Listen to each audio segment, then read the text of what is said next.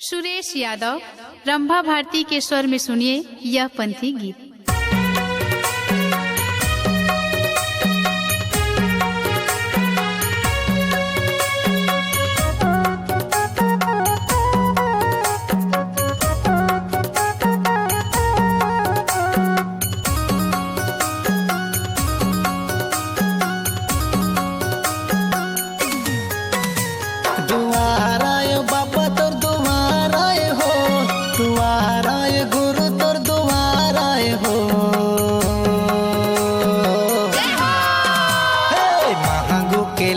तोर दुआर आए हो गुरु घासी बाबा तोर दुआर आए हो।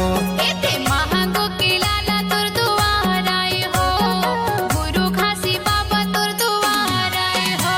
दुआर आए बाबा तोर दुआर आए हो दुआर आए गुरु तोर दुआर आए हो।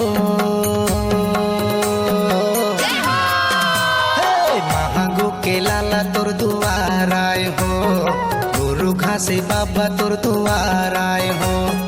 महागो के लाला तोर दुआर आए हो गुरु घासी बाबा तोर दुआर आए हो।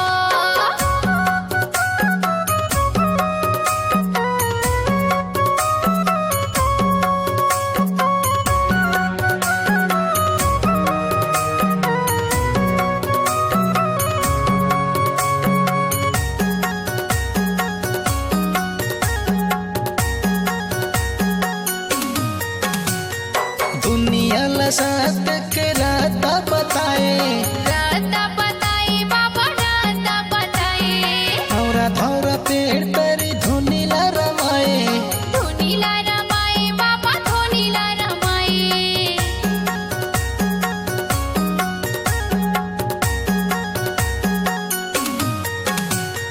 दुनिया ला सत्य के राता बताए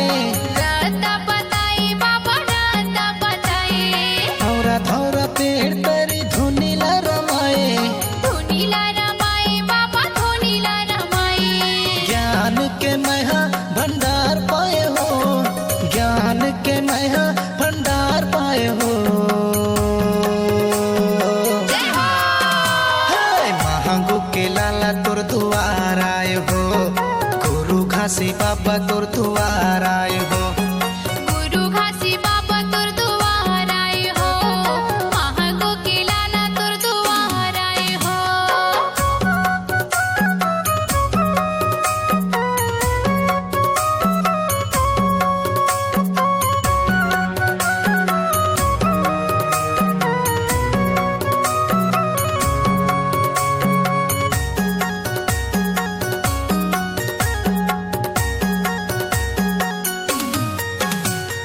तोरे महिमा है बाबा अगम अपारा अगम अपारा बाबा अगम अपारा जोग नदी में बहते अमृत धारा अमृत धारा बाबा अमृत धारा।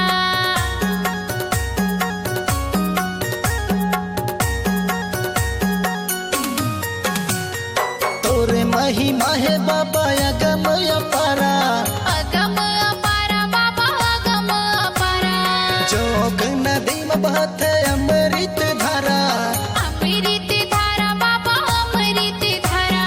सूरज यादव तोर महिमा सुनाए हो सूरज यादव तोर महिमा सुनाए हो। महागो के लाला तोर दुआर आए हो गुरु घासी बाबा तोर दुआर आए हो। गुरु घासी बाबा तोर दुआर आए हो महागो के लाला तोर दुआर आए हो। दुआर आए बाबा तोर दुआर आए हो दुआर आए गुरु तोर दुआर आए हो।